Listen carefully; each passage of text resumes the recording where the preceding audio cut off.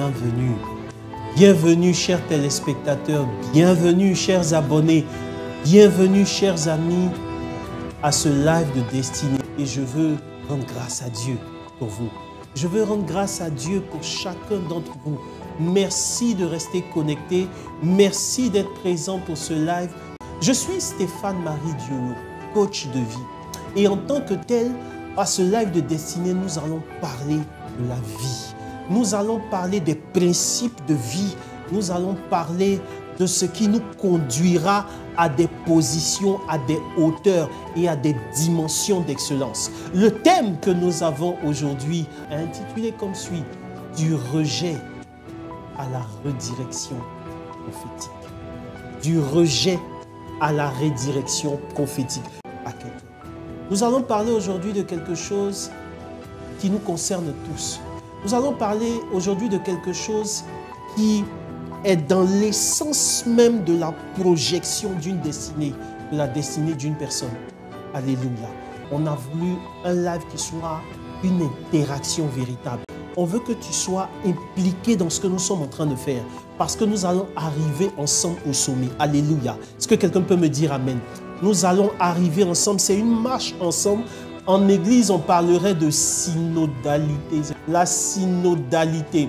Mais c'est très important de marcher ensemble pendant ces lives de destinée. On a voulu pour vous des enseignements de pointe, de la nourriture solide, pour vous permettre de pouvoir vous asseoir dans votre foi, de pouvoir vous assumer en tant que personne et d'affronter la vie avec des armes qui vous permettront d'avoir des résultats probants, qui vous permettront d'avoir des résultats efficients dans votre vie au nom de Jésus de Nazareth. Et ma prière pour cet instant, c'est que Dieu te bénisse et qu'il te favorise. Si tu le veux bien, nous allons démarrer avec la prière d'introduction au nom du Père et du Fils et du Saint-Esprit.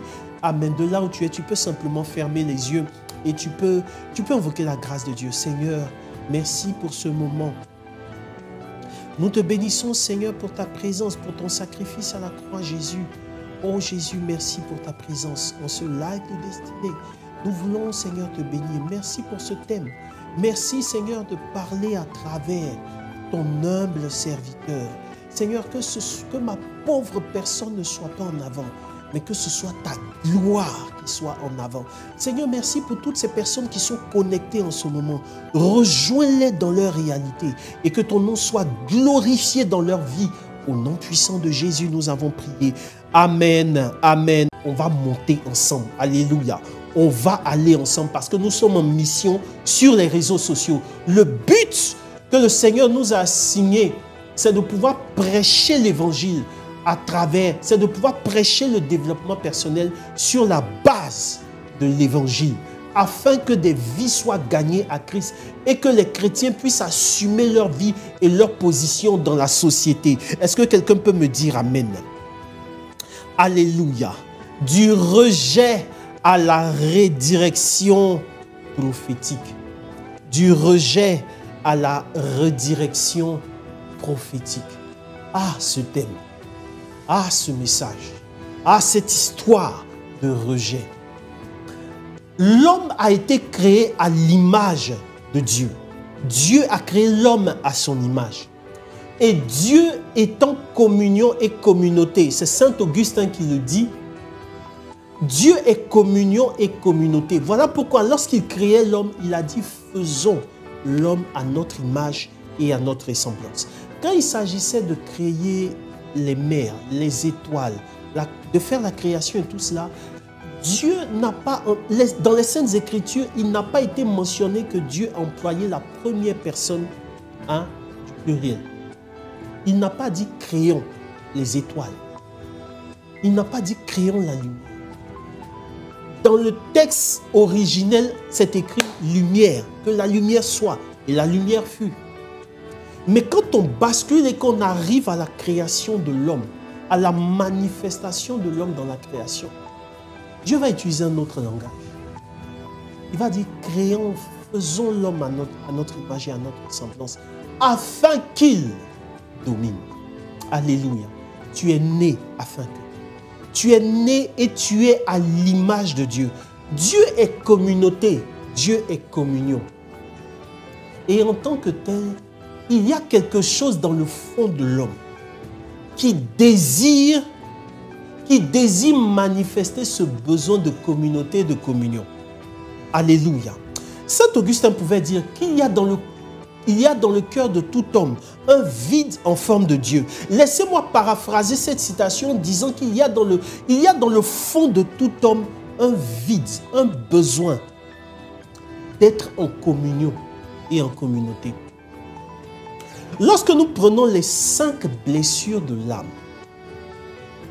dans les 5 blessures de l'âme, il faut comprendre que ce sont des situations qui marquent l'homme depuis sa naissance jusqu'à ce qu'il devienne adulte. Et mes frères et sœurs, je peux le dire en tant que coach, je peux le dire en tant que leader qui écoute beaucoup de personnes.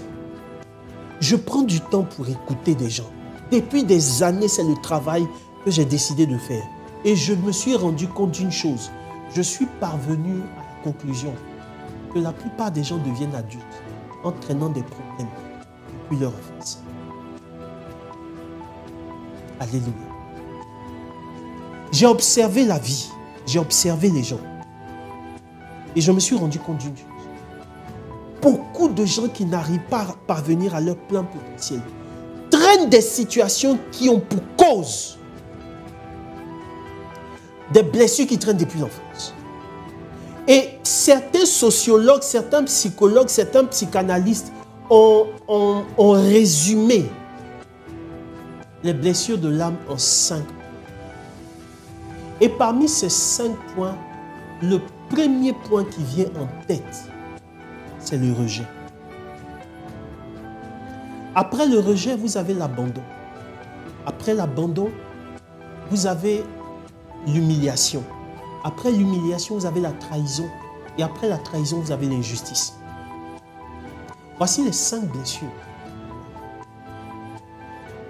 Vous allez prendre les milliards de personnes qu'il y a sur cette terre.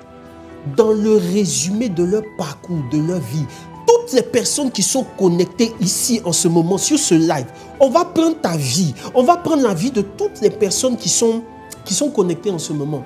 Vous allez retrouver des traces de ces 5 blessures. Le rejet, l'abandon, l'humiliation, la trahison et l'injustice. Cela fait partie du cours de la vie. Alléluia. Même Jésus, lorsqu'il rentre dans l'humanité en tant que fils de Dieu, Jésus n'échappe pas à cette situation. Amen. Lorsque vous allez prendre le texte de Luc chapitre 4, je ne sais pas comment on ne va pas lire, parce que je ne t'ai pas donné ça, mais quand tu vas prendre Luc chapitre 4, tu vas voir que Jésus va dérouler le rouleau. Et il va citer le texte d'Isaïe. L'Esprit du Seigneur est sur moi, il m'a conféré l'onction pour... Et il commence à citer les œuvres messianiques qu'il fait. Dès l'instant où il finit de citer les œuvres messianiques dans la synagogue, le texte sacré écrit que les gens avaient les yeux rivés sur lui. Et il déclare que c'est aujourd'hui que cette parole s'accomplit. Les gens de son temps sont choqués en disant, mais il n'y a que le Messie seul qui puisse réaliser cette parole. Alors les gens de Nazareth vont commencer à se poser une question. N'est-ce pas le fils de Marie? N'est-ce pas celui qui était ici à Nazareth? N'est-ce pas celui-là? Jésus va citer alors un dicton qui va dire, il dit, je sais que vous allez dire, médecin, guéris-toi toi-même. Mais lorsque le prophète Élie est arrivé dans le village, quelque part, il n'a pas guéri toutes les femmes. Il n'a pas visité toutes les femmes, à part une veuve de Sarepta. Alors ils bouchèrent leurs oreilles et ils poussent le Christ vers un escarpement. Alléluia. Ils poussent le Christ vers un escarpement et dans le texte, il est écrit que lui, passant au milieu d'eux, alla son chemin. Je veux m'arrêter à ce point de mon enseignement pour prier et déclarer sur ta vie que toutes les fois où tu expérimenteras une de ces 5 blessures, que le Saint-Esprit te communique la force nécessaire afin que tu fasses comme le Christ, passe au milieu des gens et va par ton chemin au nom de Jésus de Nazareth. Dieu est communauté et l'homme a un besoin de communauté. Lorsque vous allez prendre la pyramide d'Abraham Maslow, je vous ai dit qu'ici, on va vraiment faire des formations de pointe pour vous aider. La pyramide de Maslow, en fait, est cette plateforme et cet outil-là que la plupart des gens, des experts en sciences humaines ont eu à évaluer pour déterminer les besoins de l'homme.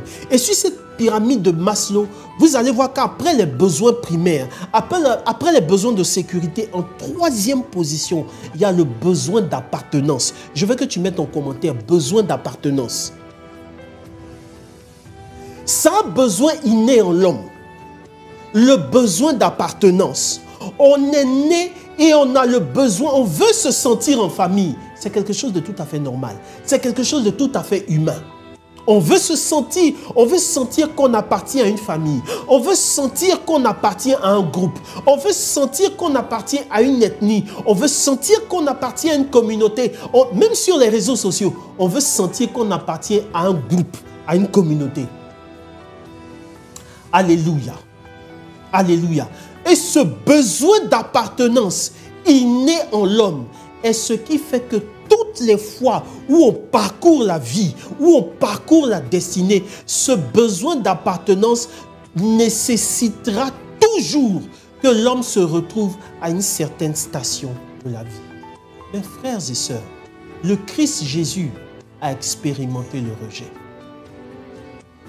Et je veux pouvoir me baser sur la parole de Dieu. Alléluia. Je ne peux pas parler de rejet en ne citant pas quelqu'un dans la Bible qui pour moi est l'expression vivante de cette situation. Et cet homme s'appelle Joseph. Si tu le veux bien, on va partir dans la parole de Dieu. Genèse chapitre 37, verset 3, 5. Avec le concours de la réalisation, ça va s'afficher au bas. Voilà, la réalisation, on est prêt? D'accord. Genèse chapitre 37, verset 3 à 5. Est-ce que quelqu'un peut mettre cela en commentaire? Genèse chapitre 37, verset 3 à 5. Je souhaite que quelqu'un mette ça en commentaire. Et toutes les personnes qui sont en train de mettre ce verset en commentaire, que Dieu vous bénisse. Que Dieu vous bénisse 5 fois plus.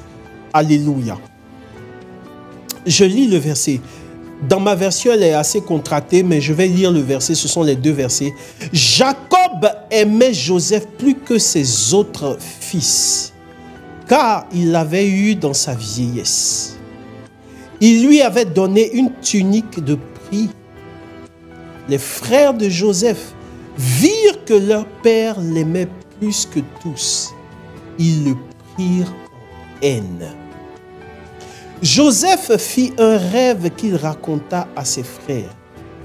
Dès cet instant, ils le détestèrent. Ils ne pouvaient plus lui parler amicalement. Parole du Seigneur notre Dieu. Nous rendons grâce à Dieu. On pourrait poursuivre le verset jusqu'au verset, on pourrait poursuivre la lecture jusqu'au verset 9. Alléluia. Mais pour les besoins du temps, on a préféré se circonscrire au verset 5.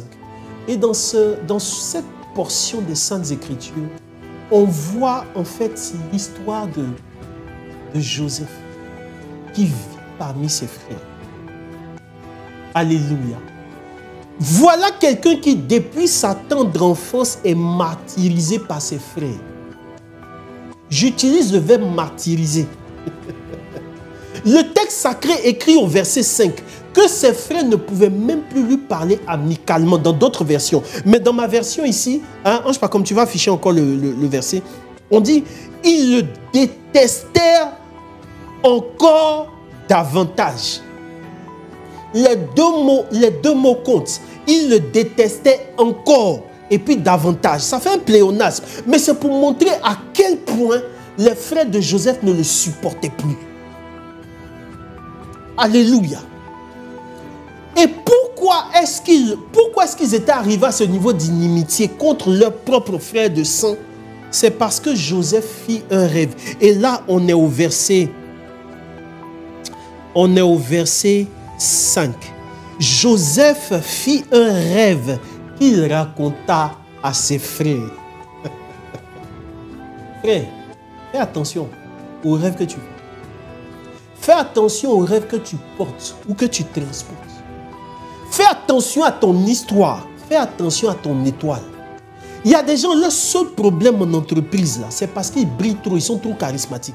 Ils n'ont pas besoin de prendre leur marque. Parce que quand ils rentrent quelque part, de façon naturelle, les yeux des gens, ils ont une certaine aura. Frère, si tu es comme ça, s'il te plaît, prépare ton cœur à ce que les gens vont te faire. Il faut me dire amen, s'il te plaît, dis-moi amen. Il y a des gens, le seul problème en entreprise, dans les amitiés, en relation, c'est l'éclat de leur étoile. C'est l'éclat de leur étoile qui déclenche contre eux toutes sortes de problèmes. Tu rentres en entreprise, le patron regarde tes résultats. Tu es venu trouver des gens là. Mais le patron regarde tes résultats et puis, un jour, pour pouvoir t'encourager au comité de direction, il cite ton nom. C'est le jour là que tu as les problèmes. C'est ce jour-là que tes problèmes commencent. Simplement parce que le patron a osé citer ton nom au comité de direction. Pourquoi est-ce que tu es venu trouver les gens là et puis c'est toi qui brilles? Pourquoi est-ce que tu es venu trouver les gens là et puis toi qui viens d'arriver là, c'est vers toi que toutes les attentions se portent. C'est vers toi que tous les regards se portent. Il y a des gens qui ont des problèmes dans la vie à cause de leur étoile qui brille. Le problème de Joseph, là, ce n'était pas qu'il était impoli. Joseph n'avait rien fait. La seule chose qu'il avait eu à faire, c'était d'avoir rêvé et d'avoir osé raconter son rêve. Et quel était ce rêve? C'est que les gerbes de ses frères étaient couchées et sa gerbe était debout. Quand il a raconté ce rêve, ses frères lui ont dit, ah bon, donc c'est comme ça. On verra bien. On verra bien. On verra bien. Frère, vous pensez que la sorcellerie là c'est au village? Vous pensez que les sentiments qui nourrissent, qui entretiennent la sorcellerie là, vous pensez que c'est au village seulement que ces sentiments là sont répandus? Allez dans les entreprises, vous allez voir. Tu vois les gens saper matin dans leur voiture climatisée, ils vont au plateau là. Ils vont dans les centres d'affaires, dans les entreprises là. Va t'asseoir et puis il faut aller écouter un peu. Ton étoile. Beaucoup de gens ont eu des problèmes dans la vie simplement à cause de leur étoile. Soit qui a brillé un peu trop tôt. On te voit venir. C'est pourquoi, écoute-moi, pendant que je suis en train de parler, il faut apprendre à négocier sur les flots de la vie. Quand tu sais que tu es quelqu'un qui attire facilement les regards des gens, c'est vrai que tu ne fais pas exprès, mais il ne faut pas trop en faire aussi. Il faut marcher avec prudence quand ton étoile brille trop. Parce que tu vas t'attirer des ennemis et des ennemis et des ennemis et des ennemis. L'être humain est comme ça. Alléluia. Joseph va expérimenter ce fait.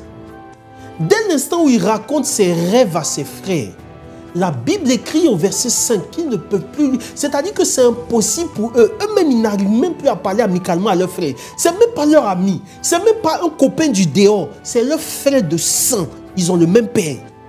Mais ils ne peuvent plus parler amicalement. Le texte continue. C'est-à-dire que dans les versets qui suivent, je ne sais pas comme, c'est que Joseph va faire un deuxième rêve. Et puis encore tout naïvement, il ne va pas se taire. Il va venir encore. Cette fois-ci, il laisse ses frères. Et puis il va aller maintenant vers son père. Pour aller expliquer le rêve à son père. La Bible va écrire que son père va le rabrouer. Mais après l'avoir rabroué, là, il va conserver le rêve là dans son cœur. Frère, il y a des prémonitions dans la vie. Il y a des gens, quand ils viennent là, leur étoile est tracée. Leur vie est tracée. La nature même commence à te dire que la personne qui est là, ce n'est pas n'importe qui. Je déclare que cela soit sur ta vie au nom de Jésus de Nazareth. Frère, je déclare que ton étoile puisse briller très haut dans le ciel. Amen. Joseph va raconter ses rêves à son père. Son père va le rabrouer parce qu'il est devant les gens. Donc son père le raboue. Mais après, le monsieur conserve quelque chose dans son cœur parce qu'il s'est dit, ce que l'enfant m'a raconté là, c'est pas quelque chose ce n'est pas quelque chose d'habituel. Frères et sœurs, le rejet, c'est l'action de repousser. Le rejet, c'est l'action de mettre hors de notre environnement.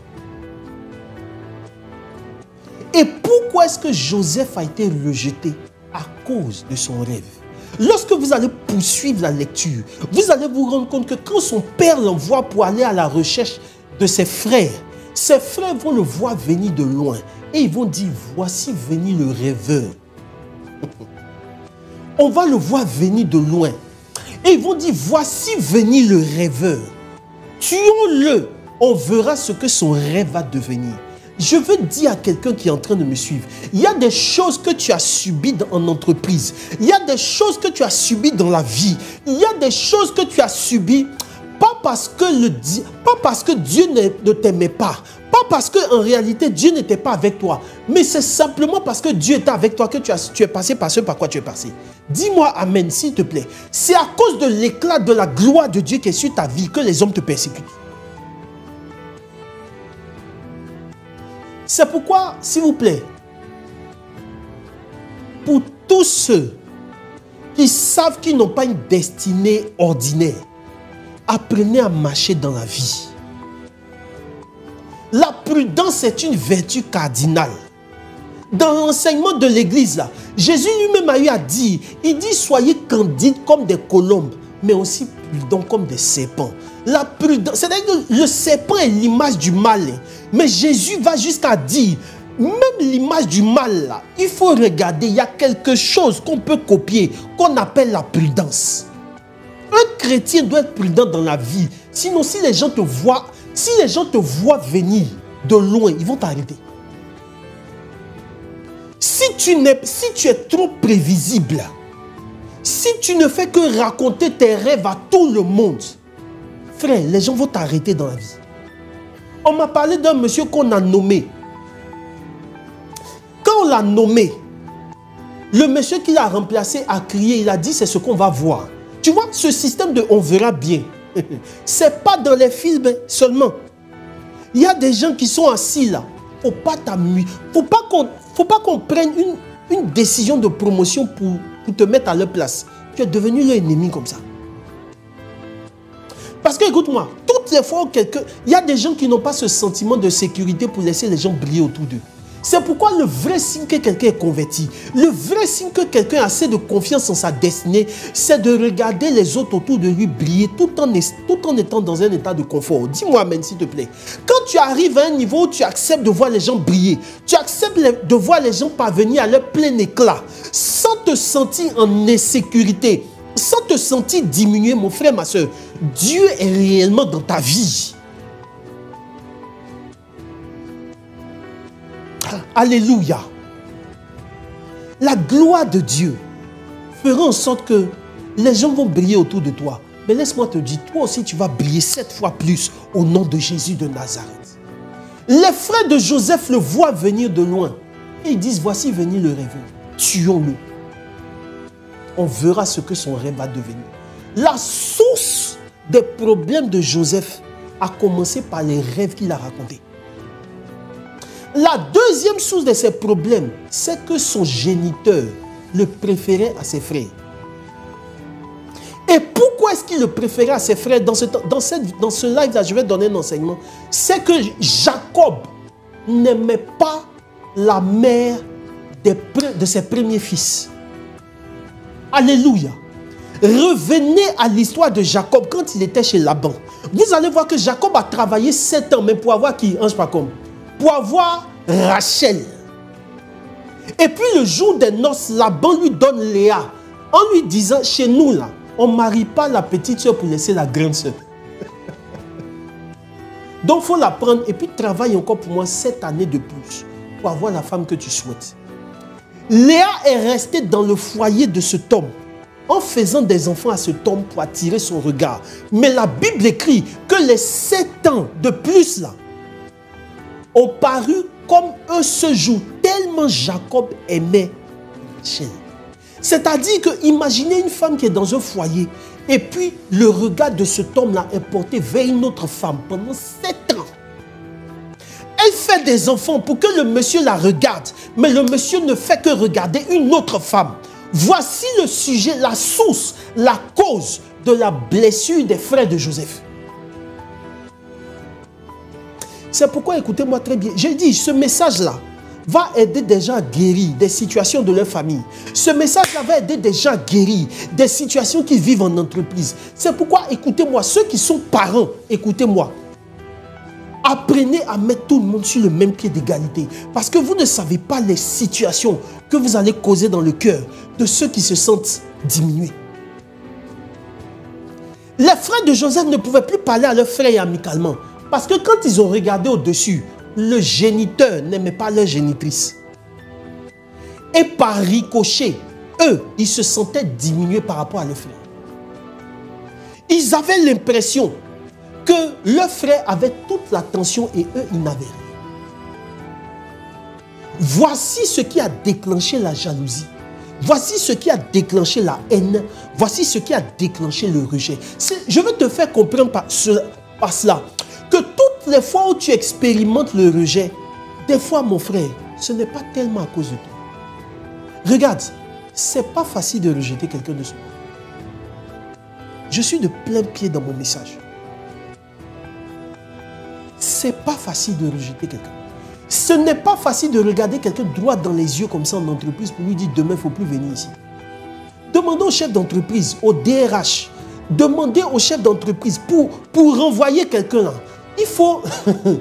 Voilà pourquoi généralement les chefs d'entreprise n'ont pas comme attendre qu'il y ait une faute lourde. C'est ça, non?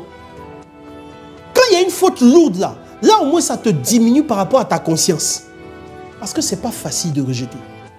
Mais quand des gens arrivent à un certain niveau où ils sont capables de pouvoir sans état d'âme rejeter des gens, c'est qu'ils sont parvenus à un certain niveau de sentiment où tu ne peux plus les raisonner.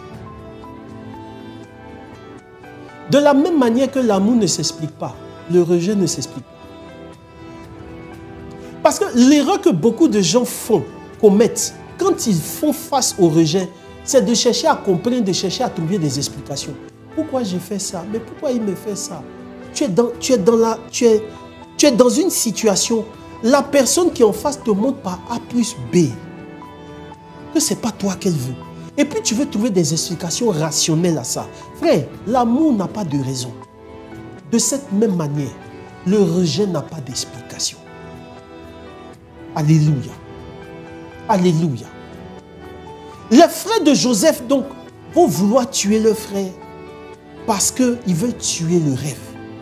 Et là, sur conseil de Ruben, ils ne vont pas le tuer, mais sur conseil de Ruben et même après de Judas, ils vont voir une caravane d'Ismaélites venir et ils vont vendre l'enfant à des Ismaélites qui vont l'envoyer en Égypte. Au moment où Joseph prenait le chemin, il était lié à des chameaux autour de personnes qui n'avaient jamais vu de toute sa vie. Joseph partait vers l'inconnu. Comme quelqu'un qui a expérimenté le rejet peut se dire, mais si on me rejette de cet environnement-là, ce vers quoi je suis en train de partir, c'est une inconnue. Joseph partait en Égypte, mais l'Égypte était une destination inconnue pour lui. C'était quelqu'un qui était choyé, chouchouté, protégé dans la maison de son père. Et puis ses frères vont le sortir de ce cocon-là et l'envoyer dans un environnement où il sera esclave. Il rentre en Égypte par la plus petite porte. Et il va se mettre à travailler en tant qu'esclave chez Potiphar. Alléluia. Alléluia.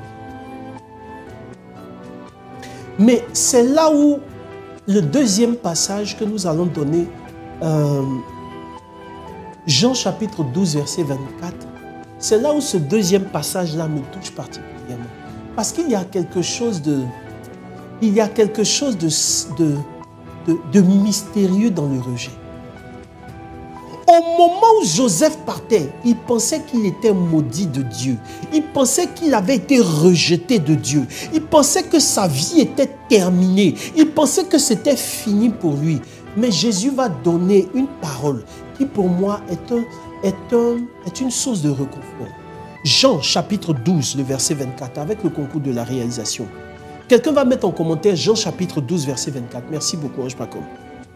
Jean chapitre 12, verset 24. Il dit, en vérité, je vous le dis, si le grain de blé qui est tombé en terre ne meurt, il reste seul, mais s'il meurt, il porte beaucoup de fruits.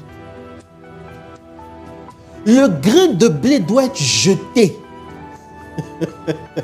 Le grain de blé là, pour qu'il porte du fruit, on doit le jeter en terre. Et quand on le jette en terre, il doit expérimenter la chaleur de la terre et la solitude. En plus de la chaleur et de la solitude, il doit expérimenter la mort en soi.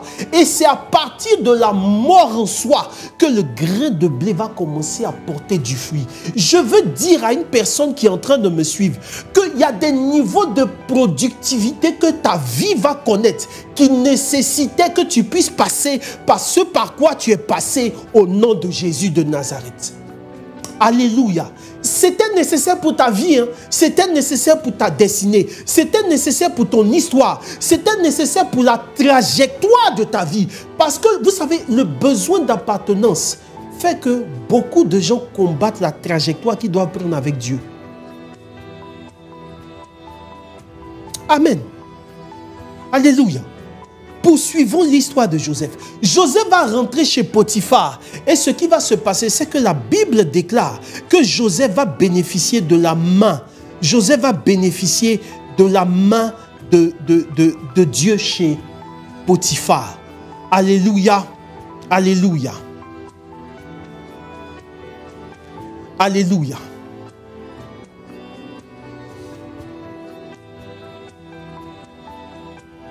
Amen. Amen. Genèse chapitre 39, le verset 4. On va pas mettre, Ange Pacom, on va pas mettre, mais je vais lire simplement. Quelqu'un va mettre en commentaire Genèse chapitre 39. Genèse chapitre 39 à partir du verset 2 à 4. Je lis, l'Éternel fut avec Joseph et la réussite l'accompagna. Que ce verset s'attache à ta vie au nom de Jésus de Nazareth. Que le Seigneur soit avec toi et que la réussite t'accompagne. Quand Dieu est avec toi, quand Dieu te marque, quand le ciel te marque, laisse-moi te dire, les hommes vont te remarquer. Frère, l'onction, la grâce de Dieu, la faveur de Dieu sont nécessaires pour quelqu'un. Tu peux être au plus petit palier de la vie sociale. Tu peux être au plus petit palier de la société. Mais quand tu as Dieu dans ta vie, les gens vont reconnaître. C'est une identité remarquable. Tu peux pas passer anonyme. Tu ne peux pas passer inaperçu si tu as Dieu avec toi. Joseph se retrouve chez Potiphar. Il va se mettre à travailler. Mais au verset 2, il est écrit que Dieu était avec lui. Et la réussite a commencé à l'accompagner. C'est-à-dire que tout ce que Joseph avait commencé à faire portait du fruit. On va aller au verset 3. Le verset 3 dit ceci. Son maître, c'est-à-dire Potiphar, vit que l'Éternel était avec lui et que tout ce qu'il entreprenait, le Seigneur le faisait réussir. Alléluia. Alléluia. Potiphar a remarqué, ce n'est pas Joseph qui a commencé à dire, c'est Potiphar qui n'était pas adorateur de Yahvé, qui a commencé à remarquer que le niveau de productivité de cet enfant est différent. Je veux déclarer sur ta vie que Dieu te gratifie d'un niveau de productivité qui fera que même les païens, même les gens qui ne sont pas chrétiens, même les francs-maçons, les rosicruciens, que ces personnes qui n'adorent pas Jésus-Christ reconnaissent que sur ta vie, il y a quelque chose de différent au nom de Jésus de Nazareth. Joseph va se retrouver là et il va se mettre à travailler. Potiphar, voyant que cet enfant-là, il a une aura, il a une étoile, il y a quelque chose de différent dans sa vie, va lui laisser la gouvernance de sa maison. Et Joseph peut s'asseoir à ce moment en disant, on est au verset 39, chers amis. Joseph peut s'asseoir en disant, Dieu m'a consolé de toutes mes souffrances. Parce qu'il avait été rejeté par ses frères, vendu par ses frères à des Ismaélites. Mais quand il arrive chez Potiphar, il devient le majordome. Il devient le gouverneur de la maison de Potiphar. À ce moment-là, on peut dire que c'est un témoignage. Hein, c'est pas comme. Tu sais ton problème. C'est que tu t'arrêtes là où Dieu ne t'a pas demandé de t'arrêter. Je reprends ce que je suis en train de dire. Ton vrai problème là, c'est que tu combats ta propre destinée en t'apaisant, en t'affaissant, en te reposant là où Dieu ne t'a pas demandé de te reposer. Imaginez tant soit peu si Joseph était resté chez Potiphar à s'asseoir en disant « Oh, c'est ma consolation qui est là. C'est mon témoin. » Il y a beaucoup de critiques qui appellent témoignage des choses que Dieu n'appelle pas témoignage. Parce que tu dois continuer ta route. C'est une révélation puissante que je suis en train de te donner en ce moment. Il y a beaucoup de critiques qui appellent témoignage des choses que Dieu, lui, n'appelle pas témoignage. Parce qu'en fait, le cursus du témoignage n'est pas encore terminé, tu es déjà assis. Tu as déjà déposé tes bagages. Est-ce que quelqu'un comprend ce que je suis en train de dire? Une petite ouverture, tu te reposes là en même temps. Joseph va s'asseoir chez Potiphar, il va se mettre à travailler, il commence à avoir des résultats. Les choses commencent à fonctionner. Et Dieu ne voulant pas que Joseph reste chez Potiphar, va autoriser, va permettre. Parce que tu sais, il y a deux types de volonté. Il y a la volonté permissive et puis il y a la volonté parfaite. Il y a des choses qui arrivent là, c'est pas la volonté parfaite de Dieu, mais c'est ce que Dieu permet. Il permet que ça arrive pour que son plan de gloire se manifeste. Alléluia. Ce qui va se passer, c'est que Dieu va permettre que la femme de Potiphar entre en ligne de compte. Parce que si elle ne rentrait pas en ligne de compte, Joseph allait rester là. Il n'allait même plus tenir compte de son histoire. Il avait oublié même ses rêves. Il y a des endroits où la vie te dépose un petit témoignage, un peu de repos. Tu oublies ton histoire, tu oublies tes rêves, tu oublies l'agenda que Dieu avait sur ta vie. Pendant que je suis en train de parler là, il y a des femmes qui savent. À cause des relations, tu as oublié l'agenda, l'appel de Dieu qui est sur ta vie. Tu ne vas plus à l'église. Pour ton engagement même au ministère, là, tu as déposé ça. Maintenant, tu es dans love you, I love you, I love you. Et puis, tu te rends compte que la personne avec qui tu faisais là, un beau matin, son visage change. C'était prophétique pour ta vie. Il faut me dire, amen, je vais avancer. C'était prophétique pour ta vie. Parce que tu sais, si ce n'était pas arrivé, tu allais t'asseoir et tu allais oublier tes rêves. Tu allais oublier l'agenda de Dieu qui est sur ta vie. Tu allais oublier les gens qui crient jour et nuit parce qu'ils ne t'ont pas encore rencontré. Vous savez, il y a un petit sentiment d'égoïsme en nous. Quand on a eu pour nous, on oublie les autres. Frère, ne te repose pas tant que tu n'es pas parvenu au zénith de l'agenda de Dieu qui est sur ta vie. Ne reste pas à un endroit où Dieu ne t'a pas demandé de rester. Ne fais pas de point de transition ta destination. C'est le problème de beaucoup. Je vous dis la vérité. Et Dieu ne voulant pas que Joseph fasse d'un point de transition sa destination, il va orchestrer une situation. Au moment où Joseph pouvait s'asseoir pour dire, enfin, Dieu m'a consolé de mes souffrances. On m'a rejeté. Ça va plus haut. Maintenant, là, je suis le gouverneur de chez Potiphar. Parce que Potiphar n'était pas n'importe qui en Égypte. Il était abonné, c'était un fonctionnaire du royaume, du palais. Ce n'était pas n'importe qui. Et être le gouverneur d'un fonctionnaire du palais, là, frère, tu es un peu réussi.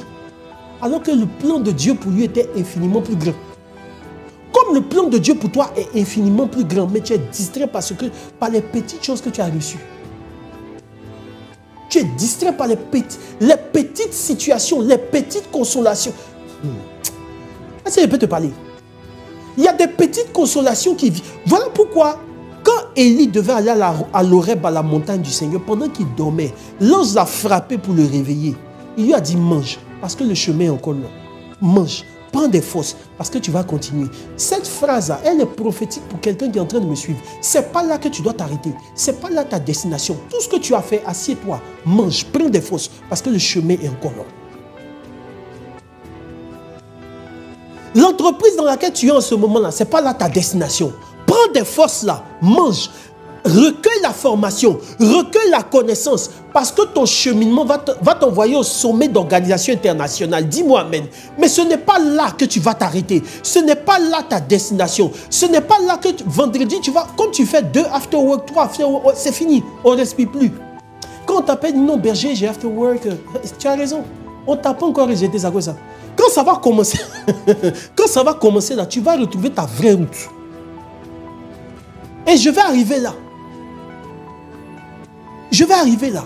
Beaucoup de chrétiens se sont laissés distraire par des petites consolations qu'ils ont reçues du ciel. Quand c'est comme ça, l'ange Gabriel dit, Seigneur, active le point suivant. Le point suivant de Joseph, là, c'était la femme de Potiphar. La femme de Potiphar est rentrée en action. Parce que Dieu savait que Joseph n'allait pas flancher. Alléluia. Ce n'est pas comme c'était à Abidjan ici. La Bible écrit que tous les jours, la femme de Potiphar venait parler à Joseph. Mais il n'a pas cédé. Toi, on ne te parle pas, mais c'est toi-même. C'est-à-dire que pour toi, là, la chair n'est pas faible. Toi, tu es déjà affaibli dans la chair. C'est-à-dire que tu es déjà tombé en même temps. On n'a même pas besoin de te tenter que tu es déjà à terre. Je parle de Joseph, je ne suis pas en train de parler de toi. Alléluia. La femme de Potiphar va venir parler à Joseph, le tenter. Et il va dire par égard pour Dieu et par loyauté. Je vous ai parlé de la loyauté il y a quelques vendredis de cela. J'ai dit la loyauté est quelque chose de très important. Il dit par loyauté pour mon maître et par égard pour Dieu. Je ne peux pas toucher.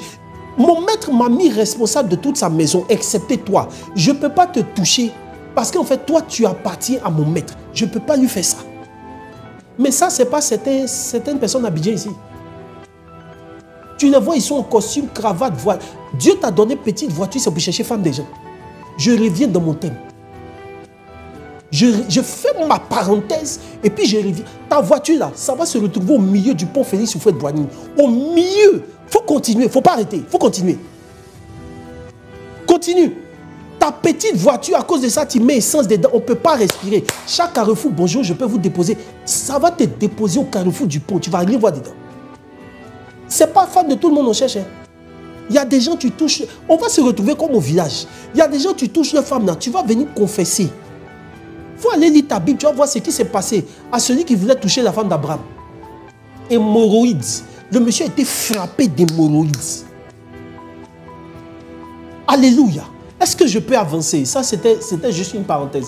Est-ce que je peux avancer? Alléluia. Est-ce que tu peux mettre les cœurs? Est-ce que tu peux mettre les likes? Alléluia. Est-ce qu'on peut faire monter les choses? Est-ce qu'on peut faire monter les choses?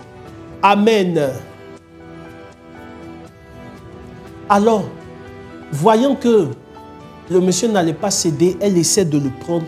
Il va laisser sa tunique entre ses mains et elle fomente automatiquement un coup.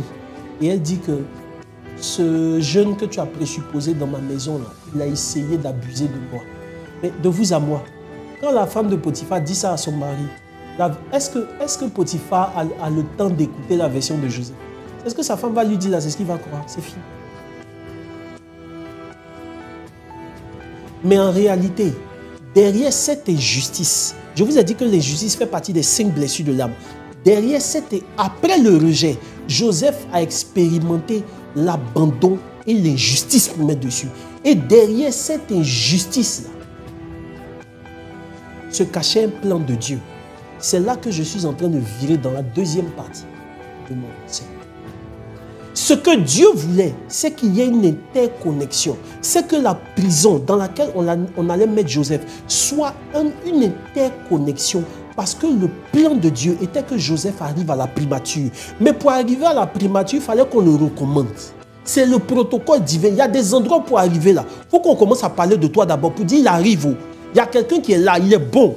Il est meilleur dans ce qu'il est en train de faire. Et quand c'est comme ça, on t'appelle. Donc Joseph va se retrouver en prison. Mais la prison, en fait, ce n'est pas une malédiction. La prison de Joseph, c'est un lieu d'interconnexion. Là où tu es en ce moment, écoute-moi, ce n'est pas le ciel qui t'a maudit. Là où les gens t'ont rejeté, ce n'est pas parce que Dieu t'a abandonné. C'est simplement un lieu d'interconnexion avec les gens qui vont pouvoir te retrouver, qui seront à l'aise avec la prochaine version de toi. Parce que laisse-moi te dire la vérité. Ce n'est pas tout ce que tu as connu qui vont accepter ce que tu vas devenir. Je reprends. Ange par contre, tu vas m'accorder s'il te plaît 10 minutes en plus. Je sais que le temps est en train d'être écoulé. Mais le thème là, il faut qu'on comprenne certaines choses. Tu vas m'accorder 10 minutes de plus. Ce ne sont pas tous ceux qui t'ont connu dans ton passé qui vont accepter ce que tu vas devenir. Regarde, il y a des gens qui étaient à Nazareth, ils ont mangé avec Jésus, ils ont marché avec lui. Mais quand 30 ans a sonné, ce n'était plus le charpentier, c'était le Messie. Alléluia.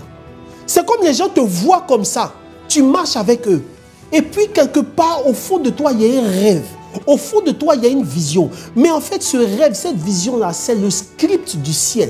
C'est l'histoire que Dieu veut raconter avec ta vie. Dès l'instant où le kairos de Dieu sonne pour que ce rêve-là vienne en manifestation, tu bascules à la prochaine version de toi. Ce que ceux qui ne comprennent pas ce rêve vont faire, c'est qu'ils seront en train de penser qu'ils sont en train de servir Dieu en t'arrêtant, en te combattant, en te retenant, alors qu'il faut qu'on te laisse pour aller vers ta destinée. Et des fois, quand toi-même tu ne veux pas partir, ce qui va se passer, c'est que la vie va créer les conditions. Les mêmes personnes qui t'aimaient, les mêmes personnes qui t'appréciaient, ce sont les mêmes personnes qui vont commencer à te montrer ta vraie route. Est-ce que quelqu'un voit dans ce que je suis en train de dire un pan de son histoire? Les gens qui t'appréciaient avant, ils ont changé. Les gens qui t'aimaient avant, ils ont changé. Frère, quand tu commences à constater quelque part que le cœur des gens n'est plus réceptif à ta personne, il faut apprendre à partir. Alléluia. Il faut apprendre à partir. Peut-être que tu ne sais pas où tu vas, mais laisse-moi te dire que ce chemin que tu es en train d'emprunter là va aboutir sur un carrefour de ta destinée où tu rendras grâce à Dieu pour ce par quoi tu es passé. Dis-moi amen s'il te plaît. Mais pour l'instant, quand tu commences à constater que le cœur des gens n'est plus réceptif, s'il te plaît, apprends à prendre le chemin. Apprends à prendre le chemin. Il y a des gens, on leur montre tout, mais ils sont là quand même. On t'attrape, ça dit infidélité. On te montre par A plus B. Des fois même tu es assise et puis la personne il envoie quelqu'un d'autre. Ou mais elle communique au téléphone à des heures indues. Ça dit ce qui n'est pas normal. On normalise ça avec toi juste pour te dire c'est pas toi on veut. Mais tu es là. Et puis ce qui est bizarre c'est qu'ils vont aller voir le berger ange par contre pour dire berger il faut prier pour moi. Moi je ne prie pas pour les choses comme ça. Je vais te poser la question pour te demander mais ça là tu as besoin de quel discernement de Dieu? Tu as besoin de quel discernement pour venir savoir, on n'a qu'à prier comment pour chercher à savoir si c'est lui ou bien si c'est elle. Frère, il faut apprendre à partir. C'est douloureux. C'est la blessure de beaucoup de personnes. Mais il faut apprendre à rassemble le peu de courage que tu as. Il faut apprendre à partir. Quand les gens sont en train de te jeter, Jean 12, 24, si le grain de blé ne tombe en terre, il ne meurt, il ne peut porter de fruits. Dis-toi que les prochains fruits que le monde va consommer viendront après la situation de rejet que tu as connue. Dis-moi amen s'il te plaît. C'est cette situation-là qui va enfanter la prochaine version de toi-même. Ce qui va se passer, c'est que Joseph sera jeté en prison. Mais c'est là qu'il va faire des connexions. C'est là qu'il va interpréter le rêve de quelqu'un, qui va non seulement au départ l'oublier, mais après se souvenir de lui et le recommander. Et en un seul jour, Joseph sera consolé de toutes les souffrances qu'il a connues depuis 13 ans. La leçon est celle-ci de cette histoire. C'est que le rejet est quelque chose de douloureux. Vous savez, l'hôpital psychiatrique de Bingerville a fait un mot il y a quelques jours. Bon, pour ceux qui sont à l'extérieur de la Côte d'Ivoire, en tout cas, je me suis rendu compte que les gens se sont rendus compte que la plupart des gens qui arrivent à l'hôpital psychiatrique, ce ne sont pas les situations de crise qu'ils vivent, qui les envoient là-bas. En règle générale, ce sont des situations d'abandon, de rejet, d'humiliation dans des relations sentimentales. Pour la plupart, les gens qui se sont retrouvés à Bingerville, c'est ce qu'ils ont traversé, qu'ils n'ont pas dépassé, ils les envoient. Et je veux prier pour quelqu'un qui est en train de suivre en ce moment ce message. Peut-être que tu es en train de pleurer. Peut-être que tu es en train de revivre ce par quoi tu es passé. Mais je veux te dire une chose. Ce que tu as vécu n'était pas une malédiction, n'était pas un abandon de Dieu. Des fois même la méchanceté des gens est juste pour te faire comprendre que tu n'as plus là ta place. Ton heure est arrivée pour partir. Je reprends encore la vie de Jésus. Jésus était charpentier. Mais lorsque les 30 années ont sonné, lorsque l'heure de Dieu a sonné, pour qu'il commence sa mission, ce n'était plus le charpentier. C'était le Messie. La prochaine version de ta personne va se retrouver après la situation de rejet que tu as connue. Les gens ne savent pas, mais ils sont en train de faire l'œuvre de Dieu en te rejetant. Je réponds. Les gens sont en train de faire l'œuvre de Dieu en te rejetant. Il y a des situations, des fois où tu arrives, tu te demandes, c'est douloureux, c'est humiliant, c'est rabaissant. Des fois, tu te retrouves seul. Et puis, tu peux peut-être te dire, mais donc, c'est tout ce que je représente pour les gens. Les gens te montrent par A plus B que ils sont plus heureux en ton absence qu'en ta présence. Quand tu arrives à ce niveau, que ce soit au niveau professionnel, ou personnel, ou sentimental, même si tu ne sais pas où tu vas partir, il faut commencer à partir. Frère, Luc chapitre 15, le fils prodigue, on dit même la nourriture qu'on servait au pauvre, on ne lui donnait pas. Il y a des endroits où tu es, même le minimum qu'on donne, même le minimum qu'on sert aux autres, là, toi, on a l'impression que tu as l'impression que c'est un luxe. Le minimum, tu as l'impression que c'est un luxe. Quand tu arrives à ce niveau, frère, personne n'a parlé au fils prodigue. Ange pas comme. Le monsieur s'est assis, il a regardé, il dit, mais Dieu, je suis dans quoi? Je suis où? On est où? Et puis le monsieur a fait le rapport pour dire, mais dans la maison de mon père, là, il y a de l'abondance. Au lieu de rester ici à mendier, puis on ne me donne même pas des miettes, je vais me lever. La Bible n'a pas dit qu'il avait mangé, qu'il était rassasié avant de partir. On dit c'est lever. Des fois, frère, tu manques. Des fois, tu es dans la faim. Des fois, c'est dans le besoin, mais tu te lèves et puis tu pars. Dis-moi amen, s'il te plaît. Quand tu pars, laisse-moi te dire. Je ne sais pas si ce message-là, frère, il faut bien comprendre. Faut bien comprendre le message que je suis en train de te donner. Le rejet, l'humiliation sont des indicateurs pour te dire que tu es juste en transition à ce moment précis-là. Il faut partir. Alléluia. Les gens ne savent pas, mais ils ne te supportent plus. C'est parce que ton temps est fini là. Tu as venu t'asseoir pour expliquer aux gens, mais je vous ai fait quoi? Homme de Dieu, regarde, je n'ai rien fait. Oh. Tu commences à expliquer, tu es en train de perdre le temps aux gens. Parce que quand tu vas partir, eux aussi vont trouver la personne avec qui ils seront heureux. Et tu es là, tu bloques tout le monde. Est-ce que quelqu'un comprend ce que je suis en train de dire? Non seulement tu retardes ta vie, mais tu retardes la vie des gens mais qui ne te supportent. Ton temps est fini là. Que Dieu t'accorde la grâce. Ce message est un message de guérison pour beaucoup de personnes. Vous voyez, il y a des gens qui en veulent à leur ex. Il y a des gens qui en veulent à leur ex-conjoint. Frère, prends ça sous le volet du prophétique. Lorsque les frères de Joseph se sont retrouvés, ils ont découvert leur frère.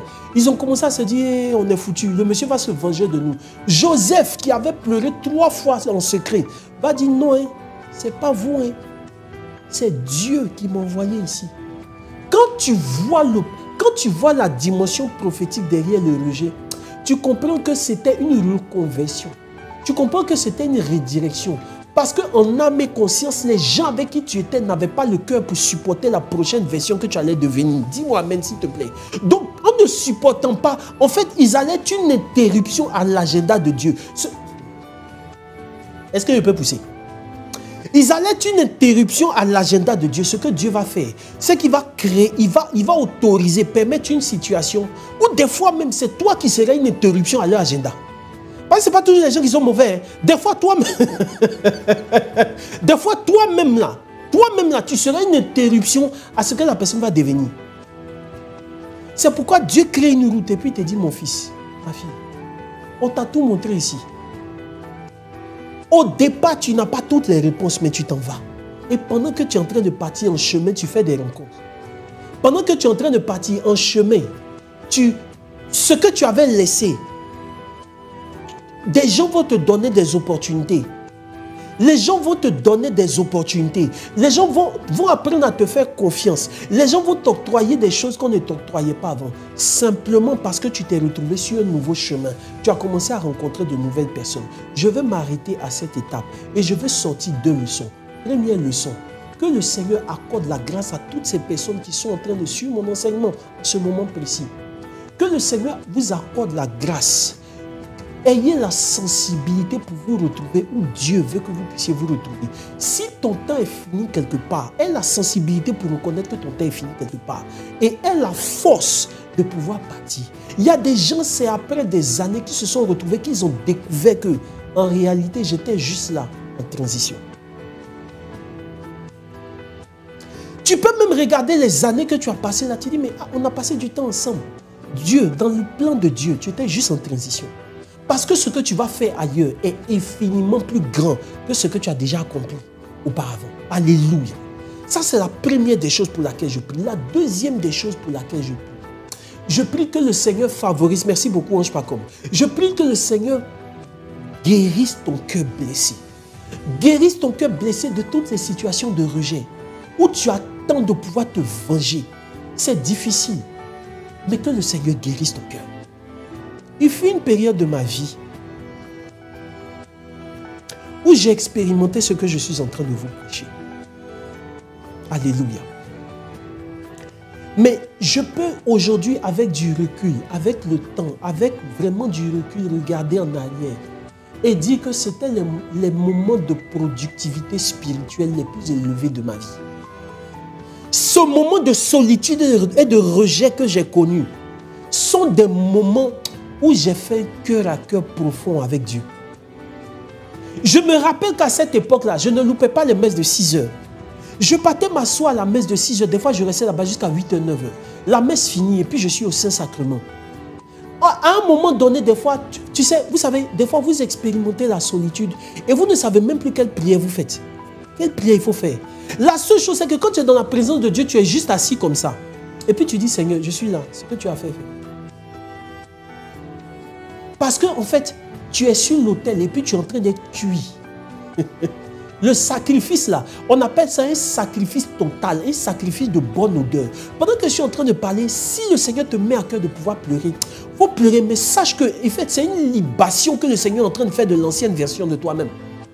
Les paroles, les situations d'humiliation, de trahison, de rejet, les difficultés que tu as connues sont des libations que tu as connues pour que la prochaine version de toi puisse sortir au nom de Jésus de Nazareth. Ces moments de solitude que j'ai connus là ont enfanté les jours que vous êtes en train de vivre aujourd'hui.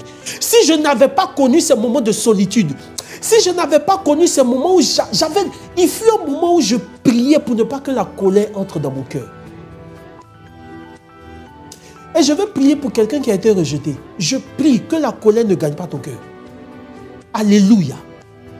Mais ces moments-là ont été des moments de cœur à cœur avec Dieu. J'ai compris que tu peux être une option pour les hommes, mais pour Dieu, tu es une référence. Tu peux être juste une option dont on peut se passer. C'est ce qui a fait qu'aujourd'hui, dans l'œuvre de Dieu, je regarde l'œuvre de Dieu avec beaucoup d'équilibre. Parce qu'il fut un temps où même j'avais donné l'autorisation aux gens de me réveiller à n'importe quel moment, je ne sais pas comment, même au milieu de la nuit. Les gens t'appellent au milieu de la nuit. On va t'expliquer le problème. Mais pendant ce temps, ta propre famille, tu l'oublies. Tu comprends, non? Et puis à un moment donné, quand tu te retrouves devant les difficultés toi-même, c'est là que tu comprends qu'en fait que tu es seul. C'est là que tu vois qu'en réalité, là, il n'y a que toi et Dieu sur cette terre. Mais tout autour, là, il n'y a plus rien. Et ce sont ces moments-là qui m'ont mené à pouvoir chercher réellement la face de Dieu. C'est ces moments de solitude-là qui m'ont mené à pouvoir chercher réellement la face de Dieu. J'ai passé ma vie à trouver les erreurs que j'avais eu à faire. J'ai fait mon temps de repentance. J'ai eu le temps de demander pardon. Et à un moment donné, j'ai décidé d'embrasser la voie de l'inconnu. Comme Joseph, à un moment donné, a embrassé la voie de l'inconnu. Je ne savais pas où je partais. Il y a une sœur de la communauté Divine Amour qui a fait un son sur moi et m'a appelé. Je termine là. Elle m'a dit, je t'ai vu dans un premier tableau où tu étais blessé. L'habit que tu portais était taché de sang. Mais je t'ai vu dans un deuxième tableau. Frère Stéphane, là, voici la phrase qu'elle a eu à dire. Elle dit, je prie que je sois en vie pour voir ce que Dieu fera de toi. Je prie, mon frère, ma soeur, que si tu survis à cette situation de rejet, à cette situation d'humiliation, à cette situation de trahison, à cette situation d'abandon, je prie d'être en vie pour voir ce que Dieu fera de toi. Seigneur, à cette étape de cet enseignement, je veux simplement prier. Guéris les cœurs de toutes ces personnes qui se sont senties rejetées en entreprise. Guéris les cœurs. Tu as fait des sacrifices pour des entreprises. Les gens t'ont chassé comme un malpropre. Même pour payer tes droits, on t'a fatigué avant de payer tes droits. et tu es ressorti de là blessé. Tu es ressorti de certaines relations blessées en disant je ne ferai plus jamais des sacrifices pour une personne ou pour une entreprise. À ce moment précis de mon enseignement, je prie que le Saint-Esprit qui connaît, qui sonde les cœurs et les reins, guérisse ton cœur blessé au nom de Jésus de Nazareth. Seigneur, restaure la vie de ces personnes. Restaure la vie de ces personnes et communique-leur la vision. La vision que tu avais au départ, le rêve que tu avais au départ, le métier que tu voulais faire au départ. Regarde, c'est le bon moment pour te reconnecter à ton rêve.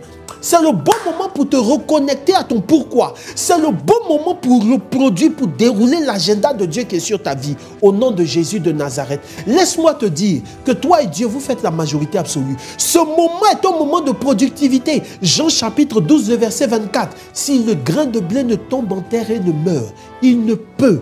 C'est-à-dire que même s'il veut, il ne peut pas porter de... Il faut qu'on te jette. Il faut que dans la terre, il y ait la mort qui agisse en toi. Et la mort, des fois c'est la solitude. La mort, c'est d'accepter le fait que certaines saisons de ta vie, certains chapitres de ta vie sont définitivement terminés. Dis-moi amen s'il te plaît. Et que la grâce de Dieu vienne sur toi. Que le Saint-Esprit vienne sur toi. Que le Saint-Esprit répare ta mentalité endommagée. Que le Saint-Esprit répare ton cœur, ton esprit endommagé, blessé.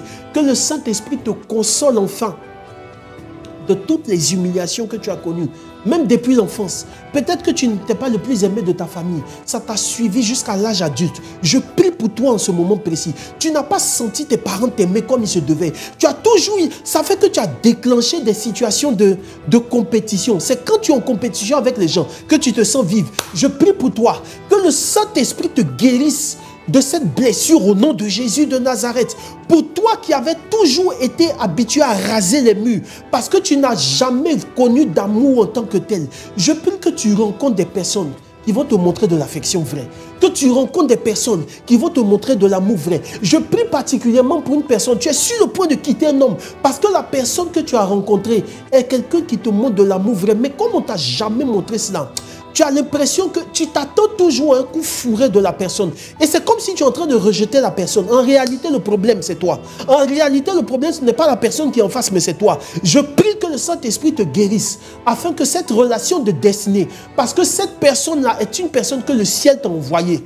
Ne rejette pas cette personne à cause de tes blessures. Que le Saint-Esprit fasse en sorte que tu sois totalement guéri et que tu puisses consommer les fruits de cette relation. Je prie pour ta productivité. Je prie pour la prochaine version que tu dois devenir. Je prie pour les témoignages qui viendront. Je prie pour la posture de gloire. Écoute-moi, je termine là. Il y a des gens qu'on a chassés de certaines entreprises. Ils ont béni Dieu d'être partis. Parce qu'aujourd'hui, ce sont des entrepreneurs qui roulent à coups de milliards. Tu béniras Dieu pour le rejet que tu as connu. Tu béniras Dieu pour la trahison que tu as connue. Tu béniras le ciel pour les gens qui t'ont abandonné. Parce qu'en t'abandonnant, ils t'ont appris à faire les choses de toi-même. Tu béniras le ciel pour ce chapitre douloureux que tu as connu. Que Dieu te bénisse, qu'il te guérisse, qu'il t'accorde sa grâce. Au nom de Jésus de Nazareth, au nom du Père et du Fils et du Saint-Esprit.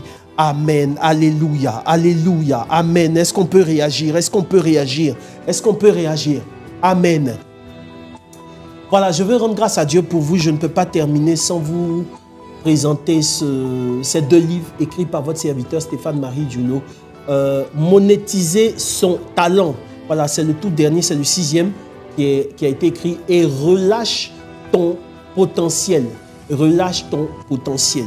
Voilà, ces deux livres sont disponibles. Voilà, la réalisation permettra qu'on puisse avoir le numéro au bas de l'écran. C'est le 070 88 25 94. Si vous avez des avis à donner, si vous avez des intentions à donner pour qu'on puisse vous accompagner dans la prière, si vous avez aussi des dons à faire, des offrandes, si vous sentez vraiment le besoin, ce n'est pas obligé, mais si vous sentez vraiment le besoin d'accompagner cette mission, parce que c'est une mission que nous sommes en train de faire sur les réseaux sociaux et nous avons besoin pour déployer toute la logistique, nous avons besoin de ressources, nous avons besoin de moyens. Si le Seigneur vous met à cœur de pouvoir accompagner cette mission, voilà, vous pouvez contacter ce numéro et faire votre don à ce numéro. J'ai été très heureux de passer ce moment. Que le Seigneur vous bénisse. Que le Seigneur vous guérisse. On a rendez-vous au sommet. On a rendez-vous au sommet. On a rendez-vous au sommet. Je veux dire merci à la réalisation. Ange Pacom, Merci beaucoup, merci à toi, merci à toute ton équipe. Madame Dioulo, Renlon, merci infiniment. Harry, merci à toi. Voilà, c'est mon fils, Ariel. Merci aussi à Miala, Marie-Victoire. Merci à toute l'équipe, que Dieu vous bénisse. Miala, c'est ma fille. Voilà, merci à elle parce qu'elle m'a beaucoup titillé avant. avant le démarrage de cette émission. Merci à vous. C'est ça, le live de Destinée. On va se retrouver le vendredi prochain. Que Dieu vous bénisse. Shalom, shalom.